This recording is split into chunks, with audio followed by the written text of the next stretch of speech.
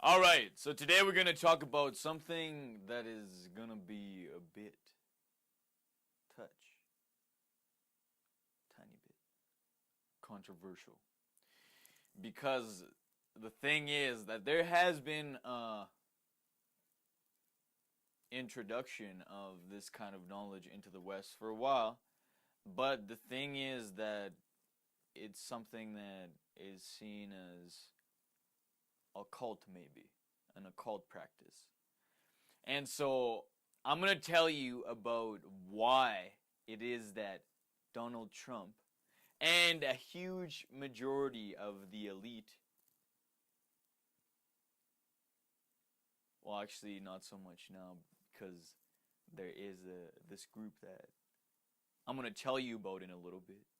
But so there's this group of elite, not all of the elite are categorized within this specific type of people.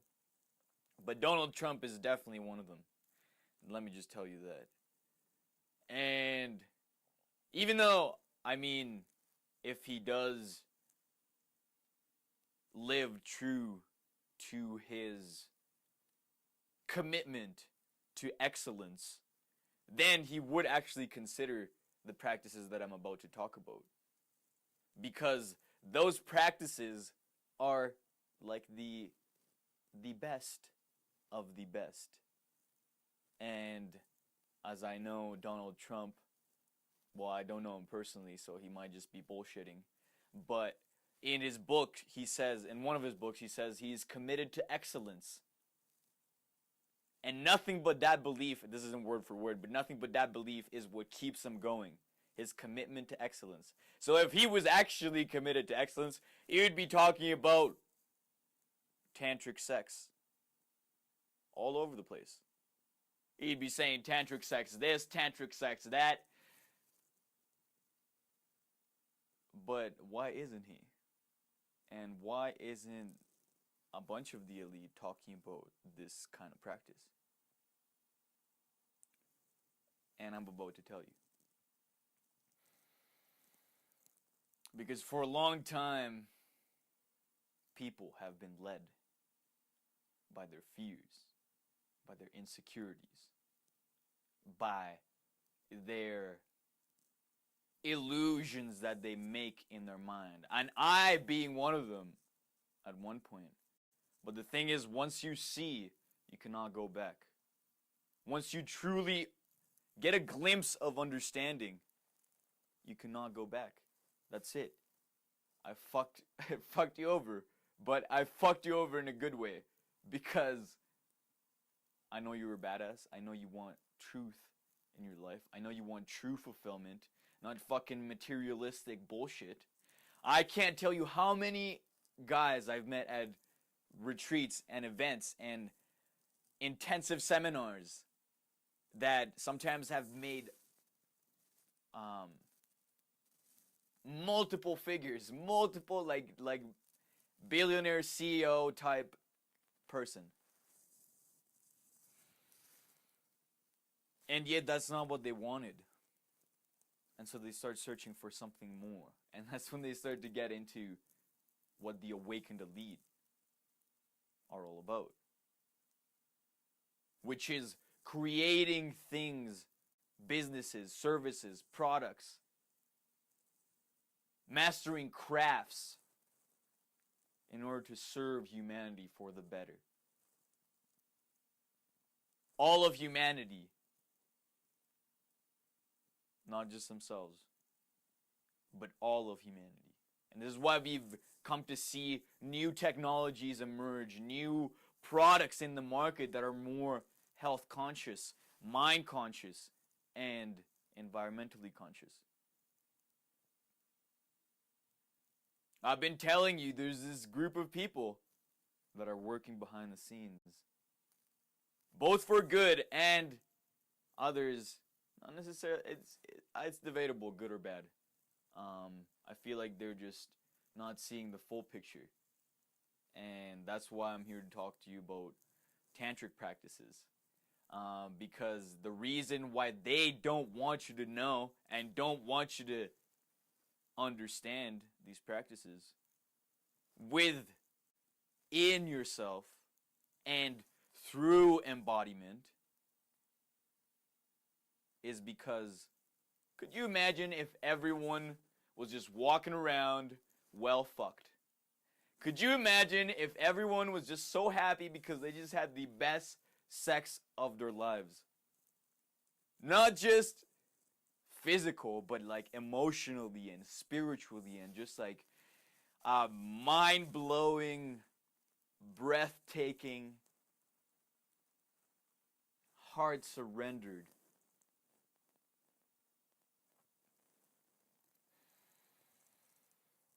session of lovemaking.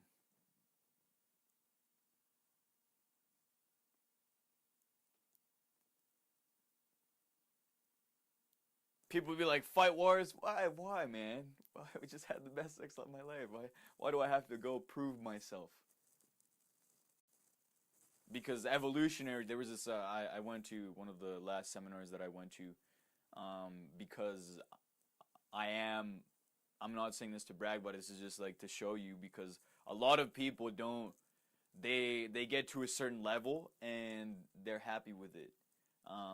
But I know that there's never an end, and you can just keep growing and growing and growing. And so that's why all the awakened elite, the badasses that are in the top, in the front lines of the awakened elite tribe, they invest in themselves and they grow.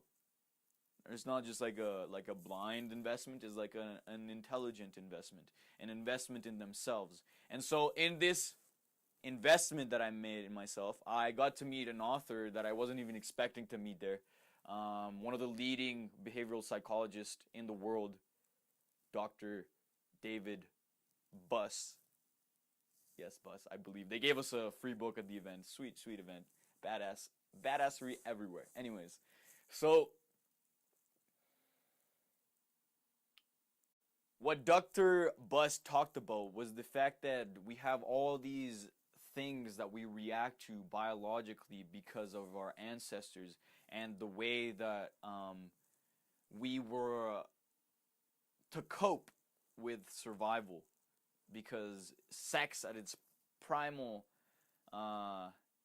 like biological function and understanding is it's a survival thing. Procreate to survive, to keep the tribe going in a way, right? And so we've evolved these strategies, and so that's what he talked about. But the thing is, for a really long time,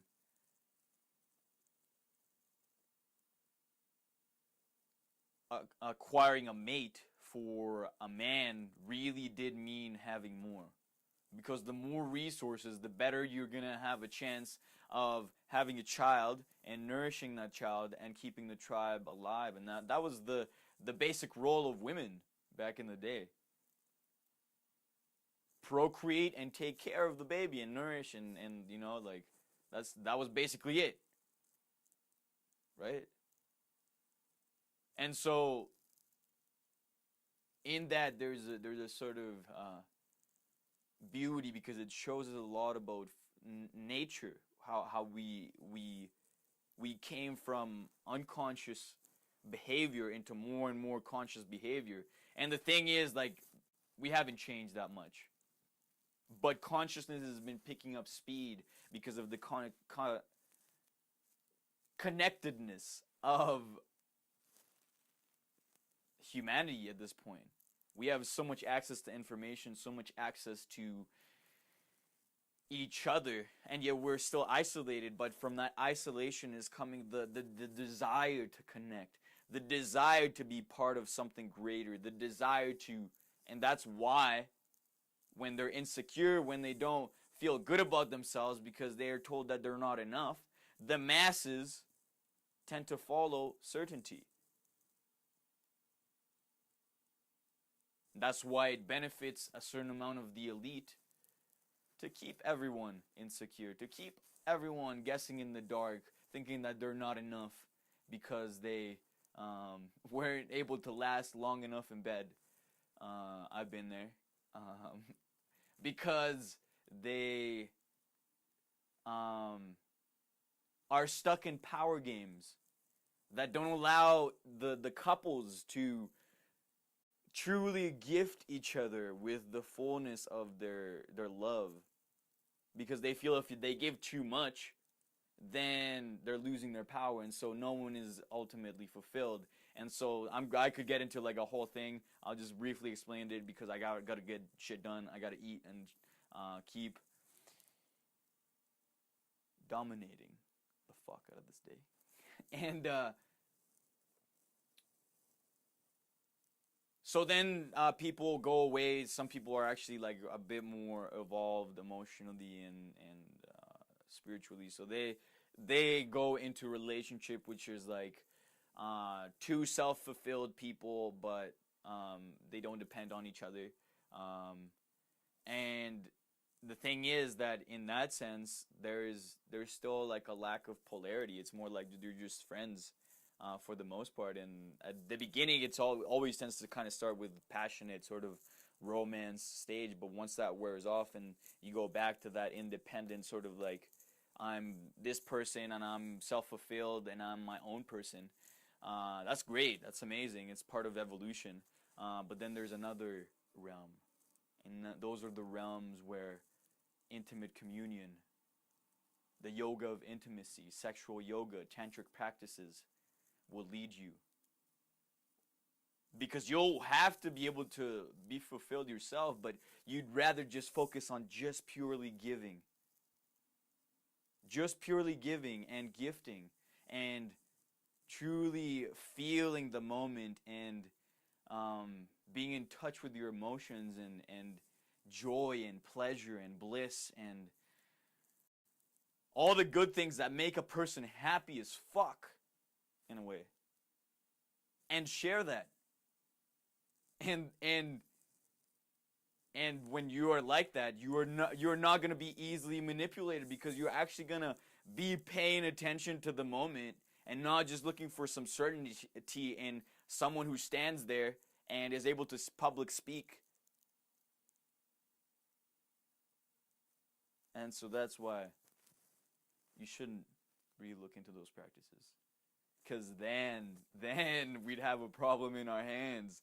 Then people would start to wake up. And finally, something will happen. And it's going to happen either way. And my book is just sort of like, I'm almost done. I'm excited, really excited to share it with you guys. I'm also going to be releasing another incredibly value-packed program that's going to be, it's for what you're getting, the price is like just a bargain, because I want to get this stuff out there, because you can't just go from A to Z like right away. I mean, technically you can't just go A, Z, but you have to go through the whole alphabet. You have to learn the lessons of love, and there are practices that make that incredibly easy. Incredibly easy. And so I want to share that with you, because this past 5 years almost, I've been intensively studying all these things, and I just want to share them with you because they've been awesome in my life and the life of my private clients and the life of my loved ones who I share this with, and they're smart enough and intelligent enough to put them into practice and reap the rewards. And so so